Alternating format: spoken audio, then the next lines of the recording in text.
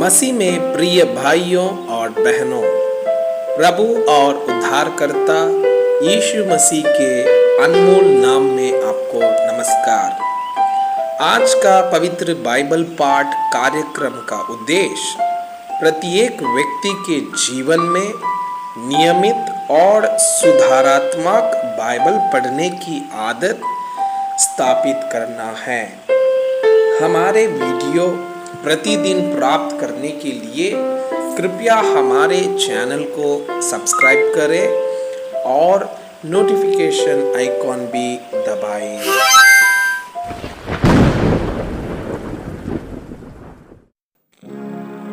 आज का पवित्र बाइबल पाठ उत्पत्ति के पुस्तक अध्याय 8 जल प्रलय का अंत। परंतु परमेश्वर ने नूह और जितने बनाएले पशु और घरेलू पशु उसके संग जहाज में थे उन सबों की सुधि ली। और परमेश्वर ने पृथ्वी पर पवन बढ़ाई और जल घटने लगा और गहरे समुद्र के सोते और आकाश के झरोखे बंद हो गए और उससे जो वर्षा होती थी वह भी रुक गई। और 150 दिन के पश्चात जल पृथ्वी पर से लगातार घटने लगा। 7वें महीने के 17वें दिन को जहाज अरारत नामक पहाड़ पर टिक गया और जल 10वें महीने तक घटता चला गया। और 10वें महीने के पहले दिन को पहाड़ों की चोटियां दिखाई दी। फिर ऐसा हुआ कि 40 दिन के पश्चात नूह ने अपने बनाए हुए जहाज की खिड़की को खोलकर एक कौवा उड़ा दिया। जब तक जल पृथ्वी पर से सूख ना गया तब तक कौवा इधर उधर फिरता रहा। फिर उसने अपने पास से एक कबूतरी को भी उड़ा दिया कि देखे कि जल भूमि पर से घट गया कि नहीं। उस कबूतरी को अपने पैर फेंकने के लिए कोई आधार ना मिला तो वो उसके पास जहाज में लौट आई, क्योंकि सारी पृथ्वी के ऊपर जल ही जल छाया था। तब उसने हाथ बढ़ाकर उसे अपने पास जहाज में ले लिया। तब और 7 दिन तक ठहरकर उसने उसी कबूतरी को जहाज में से फिर उड़ा दिया। और कबूतरी सांझ के समय उसके पास आ गई तो क्या देखा कि उसकी चोंच में जैतून का एक नया पत्ता है। इससे नूह ने जान लिया कि जल पृथ्वी पर घट गया है। फिर उसने 7 दिन और ठहरकर उसी कबूतरी को उड़ा दिया और वह उसके पास फिर कभी लौटकर नहीं आई।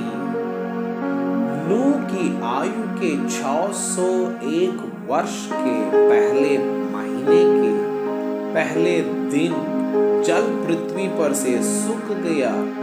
तब नूह ने जहाज की छत खोलकर क्या देखा कि धरती सूख गई है। और दूसरे महीने के 27वें दिन को पृथ्वी पूरी रीति से सूख गई। तब परमेश्वर ने नूह से कहा, तू अपने पुत्रों, पत्नी और बहुओं समेत जहाज में से निकल आ। क्या पक्षी, क्या पशु, क्या सब भांति के रेंगने वाले जंतु जो पृथ्वी पर रेंगते हैं जितने शरीरधारी जीव जंतु तेरे संग है, उन सबको अपने साथ निकाल ले आकि पृथ्वी पर उनसे बहुत बच्चे उत्पन्न हो और वे फूले फले और पृथ्वी पर फैल जाएं। तब नूह और उसके पुत्र और पत्नी और बहुएं निकल आई और सब चौपाए रेंगने वाले जंतु और पक्षी और जितने जीव जंतु पृथ्वी पर चलते फिरते हैं, सब जाति जाति करके जहाज में से निकल आए। होम बलि का चढ़ाया जाना। तब नूह ने यहोवा के लिए एक वेदी बनाई और सब शुद्ध पशुओं और सब शुद्ध पक्षियों में से कुछ कुछ लेकर वेदी पर होम बलि चढ़ाया। इस पर यहोवा ने सुखदायक सुगंध पाकर सोचा, मनुष्य के कारण मैं फिर कभी भूमि को श्राप न दूंगा। यद्यपि मनुष्य के मन में बचपन से जो कुछ उत्पन्न होता है वो बुरा ही होता है, तो भी जैसा मैंने सब जीवों को अब मारा है वैसा उनको फिर कभी न मारूंगा। अब से जब तक पृथ्वी बनी रहेगी तब तक बोने और काटने के समय, ठंड और तपन, धूप काल और शीतकाल, दिन और रात निरंतर होते चले जाएंगे। मैं आपसे यह अनुरोध करता हूँ कि कृपया आज का बाइबल पाठ को अध्ययन करें और जिन वचनों के द्वारा आप प्रभावित हुए उसे अपने कॉपी में लिखें और आज दिन भर इस वचनों को अपने जीवन में अभ्यास करें। परमेश्वर चाहता है कि आप उनके समान सिद्ध और पवित्र बन जाएं। परमेश्वर आपको बहुताई से आशीष करें। आमीन।